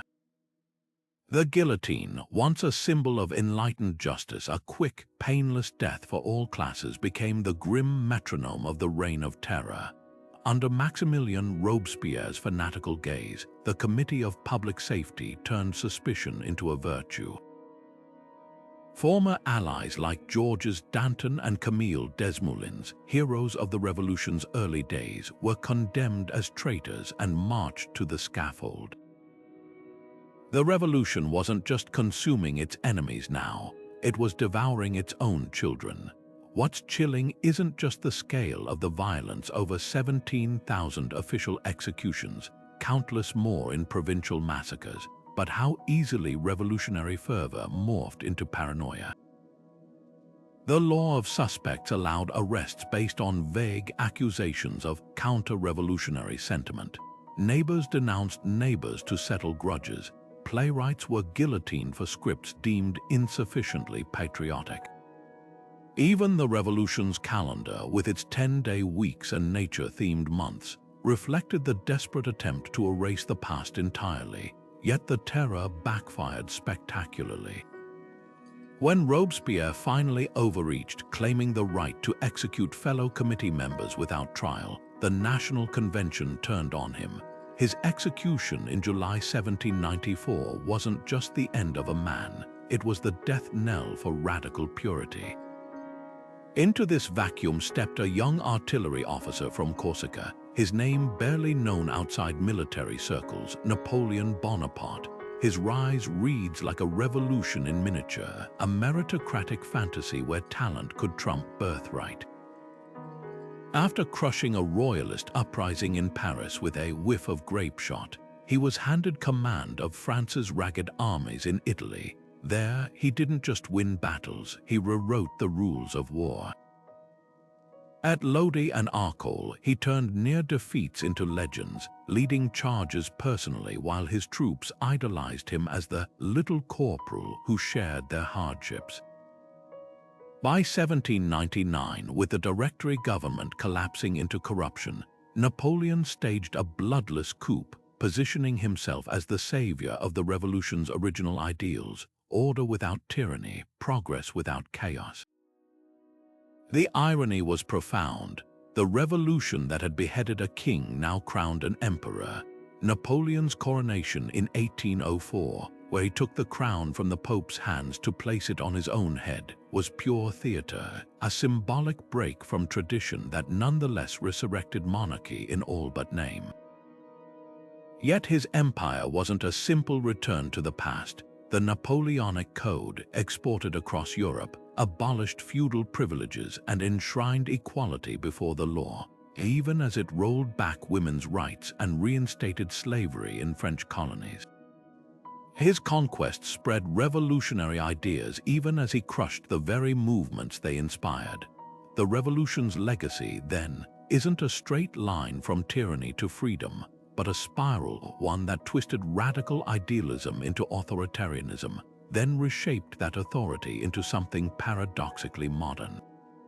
It proved that revolutions rarely end where they begin, and that the thirst for stability can birth new forms of power no one anticipated. From the ashes of terror rose not a utopia, but something far more familiar: an empire built by a man who understood that sometimes people will trade liberty for the illusion of control. And in that tension between the ideals of change and the realities of human nature lies the revolution's most enduring lesson. Napoleon's armies didn't just march across Europe, they carved it into something new. What began as a defense of revolutionary France soon became a continent-wide experiment, a forced marriage of Enlightenment ideals and imperial ambition. From the sun-baked plains of Spain to the frozen wastes of Russia, his campaigns scattered the seeds of nationalism and administrative reform in their wake, even as they drained nations of blood and treasure. The Code Napoleon, imposed on conquered territories, abolished feudal privileges and standardized laws, creating a template for modern bureaucracy. Yet for all its progressive veneer, this was still conquest, just wrapped in the language of liberation. Local populations quickly learned that fraternity often meant French soldiers billeted in their homes, and equality meant conscription into Napoleon's ever-hungry war machine. The turning point came not on a battlefield but on a map: Napoleon's continental system, an attempt to cripple Britain by banning trade with its allies, backfired spectacularly. Russia's refusal to comply led to the disastrous invasion of 1812, where winter did what no army could.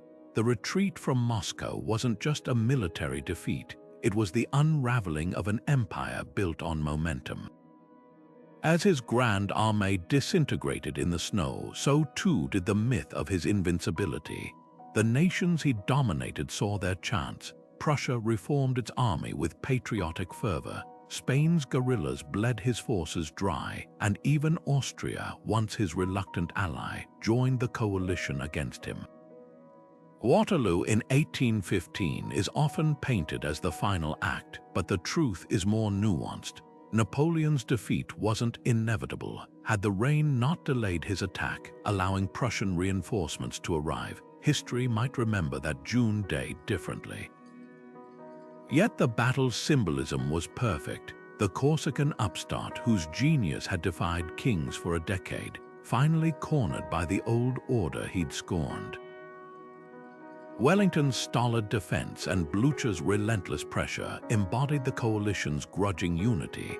proving that no single genius could outlast a continent determined to be free of him. Napoleon's true legacy lies not in his battles, but in the paradoxes he left behind. He crowned himself emperor yet spread republican ideals. He centralized power yet inspired nationalist movements that would topple empires. His wars killed millions but also dissolved the Holy Roman Empire, simplified Germany's patchwork of states, and ignited Latin America's independence movements. Even his enemies copied his innovations, from general staff systems to merit-based promotion.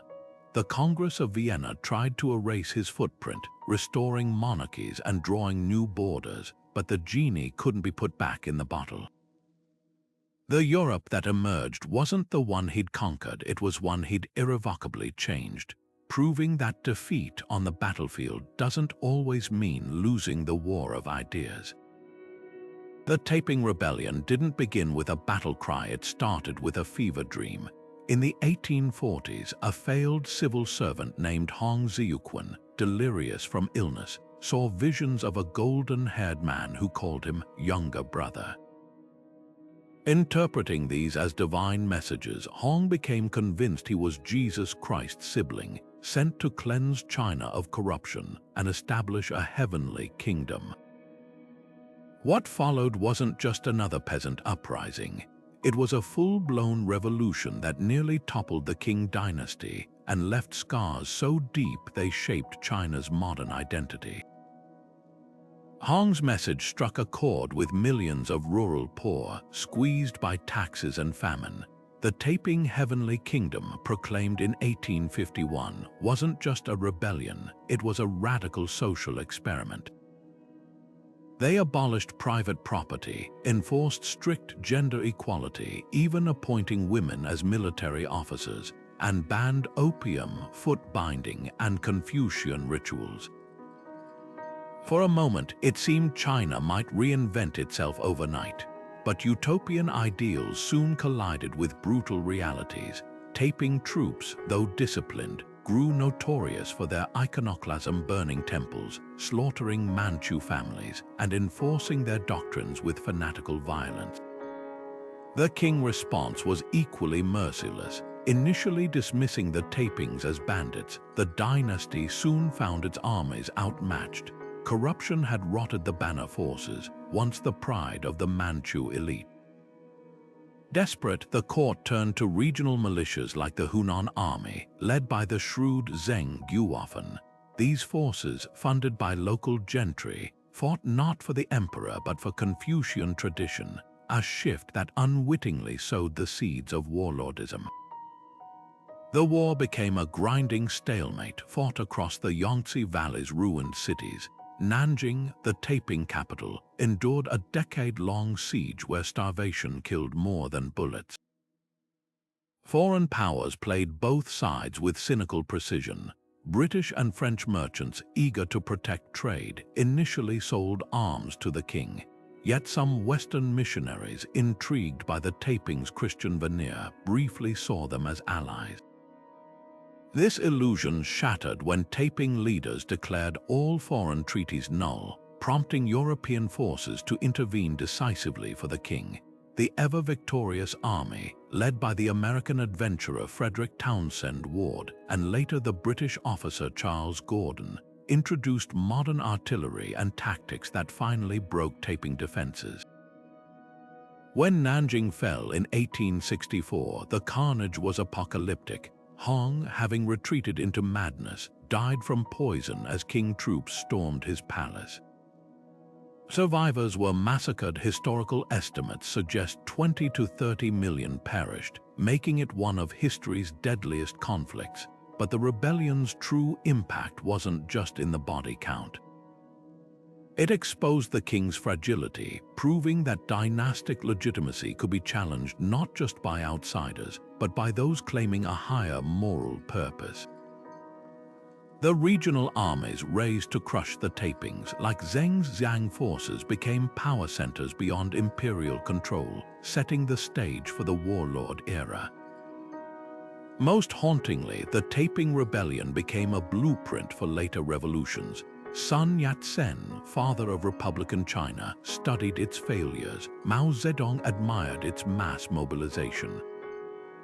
In its twisted blend of zealotry and idealism, China's bloodiest civil war foreshadowed the turbulent century to come. Proof that when old orders fail to bend, they risk being shattered by those who believe heaven itself is on their side.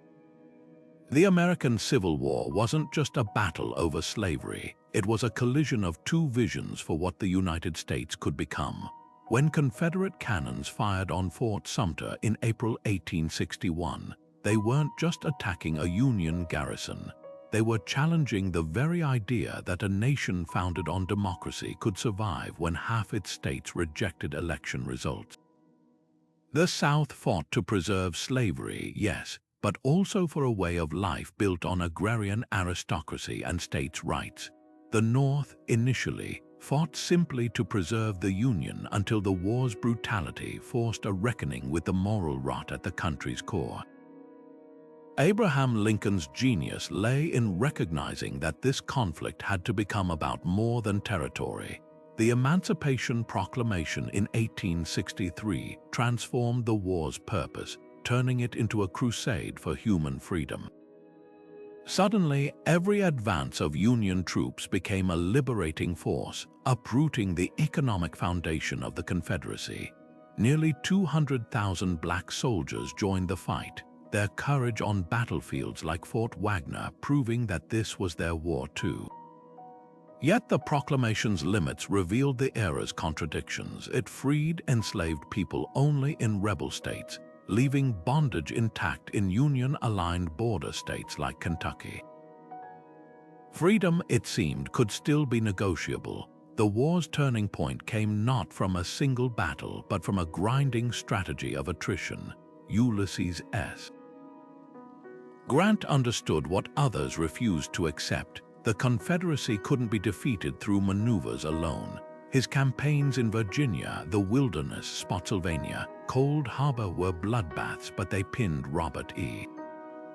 Lee's army in a vise. Meanwhile, William Tecumseh Sherman's march to the sea shattered Southern morale, his troops burning plantations and railroads to demonstrate the Confederacy's helplessness. This was total war, a preview of the 20th century's horrors, where civilians suffered as much as soldiers. Appomattox's surrender in April 1865 brought relief, not resolution. Lincoln's assassination days later robbed the nation of the leader best equipped to navigate Reconstruction.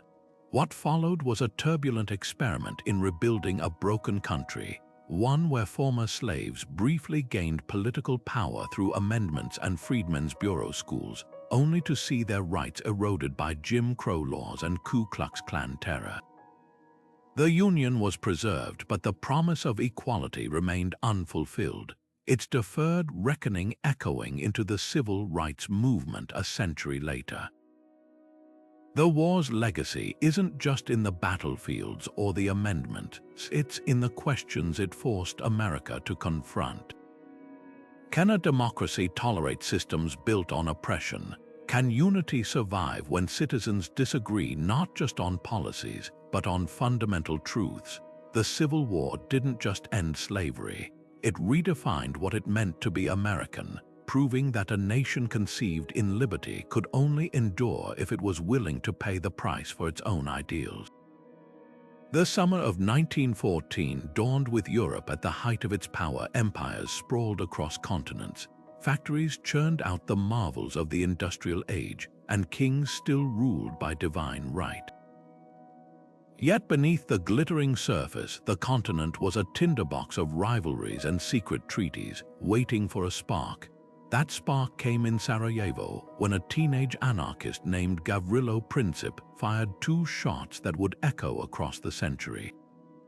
Archduke Franz Ferdinand's assassination wasn't just a political murder. It was the detonator for a war so vast, so mechanized, it would shred the old world order like artillery fire through flesh.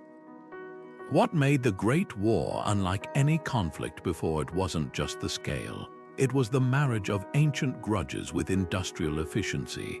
The German Schlieffenplan, a meticulous timetable for crushing France before Russia could mobilize, collapsed into the hellish stalemate of trench warfare. Machine guns perfected to fire 600 rounds a minute turned charges into massacres. Poison gas, unleashed at Ypres in 1915, introduced a new kind of horror: soldiers drowning on dry land as their lungs melted. And above the mud-soaked battlefields, airplanes evolved from flimsy scouts into weapons of terror, foreshadowing the age of aerial bombardment. This wasn't war as glory, it was war as machinery, grinding men into statistics. The home fronts became battlefields too. Governments seized control of economies, rationing food, drafting factory workers, and flooding newspapers with propaganda. Women took up jobs in munitions plants, their hands stained yellow from TNT, while children collected scrap metal for shells. The war demanded total sacrifice, blurring the line between soldier and civilian, a harbinger of 20th century total war.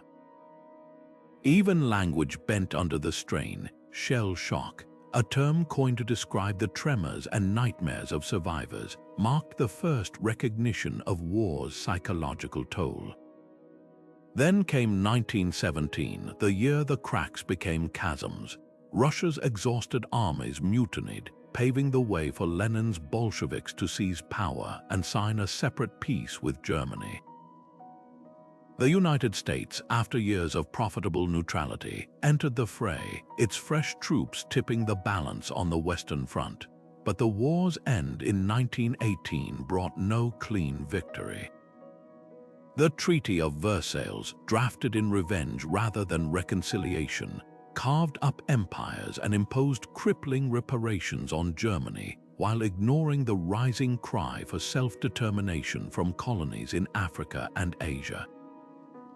The Austro-Hungarian and Ottoman empires dissolved into a patchwork of unstable new nations, their borders drawn with rulers rather than respect for ethnic realities. World War I didn't just kill 10 million soldiers, it killed an era. The faith in progress, the belief in aristocratic superiority, the notion that war had rules, all lay shattered in the mud of Passchendaele. And in the smoking wreckage, darker forces stirred. A wounded German corporal named Adolf Hitler seethed in a hospital bed, his political rage taking shape. The Middle East, arbitrarily divided by British and French mandates, simmered with resentment. The war to end all wars had sown the seeds for something worse, proving that peace built on humiliation is just a ceasefire in disguise. Its greatest tragedy wasn't the lives lost, but the lessons unlearned. From the clash of bronze spears on Sumerian battlefields to the mechanized slaughter of World War I's trenches, these 30 conflicts reveal a sobering truth: civilizations aren't built in libraries or marketplaces, but in the crucible of war. Each collision of armies wasn't just about territory or treasure. It was a contest of ideas where the victors didn't just redraw maps, but rewrote the story of humanity itself.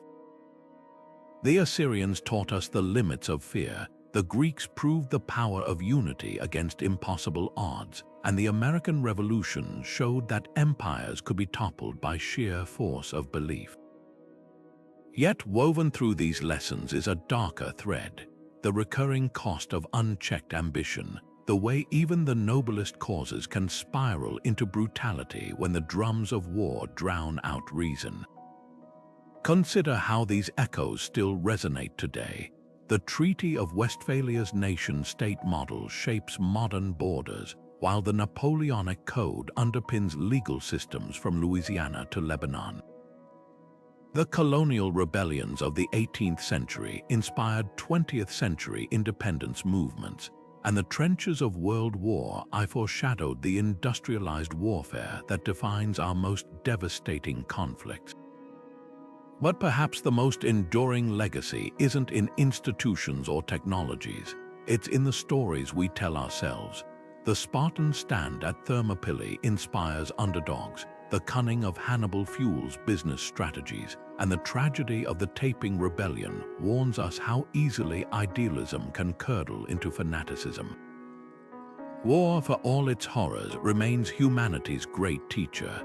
It forces innovation from the Roman corvus to the atomic bomb and exposes societal fault lines, whether the class tensions of the English Civil War or the racial contradictions of the American Civil War. Yet the greatest paradox lies in how these conflicts, born from division, often become the foundation for unity. The Viking raiders who terrorized Europe became the Norman kings who shaped it, and the Mongol hordes who burned cities ended up connecting continents through trade. Violence, it seems, can be both destroyer and catalyst, erasing old worlds while midwifing new ones. As the smoke of history clears, one lesson rises above the rest. No civilization, no matter how mighty, is immune to the tides of change. The same rivers that watered the fields of ancient Mesopotamia now flow through war-torn landscapes, and the trade routes that built empires today carry refugees instead of spices. If these conflicts have a unifying message, it's that power is fleeting, but the choices we make in its pursuit, to build or destroy, to oppress or liberate, echo far beyond the battlefield. So the next time you trace a border on a map or hear a politician invoke national destiny, remember, you're standing on ground forged by countless unknown soldiers, their blood the ink in history's pen. Now it's your turn. Which of these conflicts left the deepest mark on you? Was it the cunning of ancient generals, the desperation of last stands, or the slow unraveling of empires? Drop your thoughts below, and if you've enjoyed this march through the battlefields of time, don't forget to like and subscribe for more deep dives into history's defining moments. The past may be written, but its lessons are ours to interpret, and in understanding how nations rise and fall, perhaps we can chart a wide